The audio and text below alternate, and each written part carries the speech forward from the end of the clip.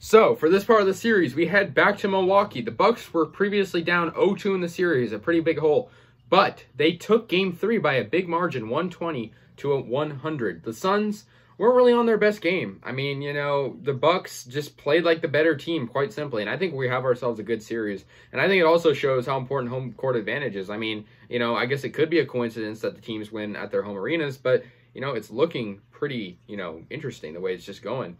For the Bucks, I mean, Giannis Antetokounmpo was insane. He had a double-double with 13 rebounds, 6 assists, and 41 points. Crazy game for this guy.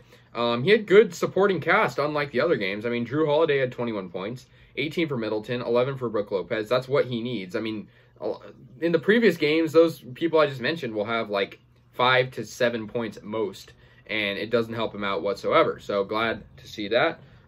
Jay Crowder, on the other end for the Suns, was one of the leading scorers.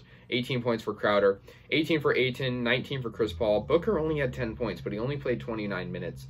And, you know, like I said, the Suns just not look like the team that we're used to seeing them in these previous games. You know, I just think the Bucks, if they want to turn this around, now is the time to do it. So, you know, just a really, really good one for the Bucks. I think this series has been really, you know, full of events, but I love a back and forth aspect, especially if my teams aren't in it. It's just more entertaining, and I hope that's the way it is. 3-point percentage for the Bucks was pretty spot on. I mean, 14 for 36 isn't great, but I mean, it was better than what the Suns had to offer. That's about 39%. For the Suns, they only had 29% for 3-point percentage, and I mean, they have two great guards. You would think that they would have better 3-point percentage. Only 29%, 9 for 31. They also missed a lot of free throws. And, you know, field goal percentage was about equal. So, you know, I guess these teams weren't super, you know, outmatched, even though it was a 20-point victory for the Bucks. And, I mean, they were leading this game pretty much the whole time because in the second quarter, they scored double the amount of points as the Suns. Suns scored 17, and the Bucks scored 35, over double, actually. And, you know, just crazy performance from Giannis. I mean, this guy, you can tell how much he wants it. Antetokounmpo, I mean, you know, you got to feel a little sorry for the guy sometimes because he's just leading this team. You know, he's won MVPs before. He deserves some sort of, you know, accolade for this because he's just such a good, talented player. But, you know, sometimes the games don't go his way. I know I'm happy that his game went his way today. Yeah, he went for 40 and 10. That was just crazy. Milwaukee just rolled through him.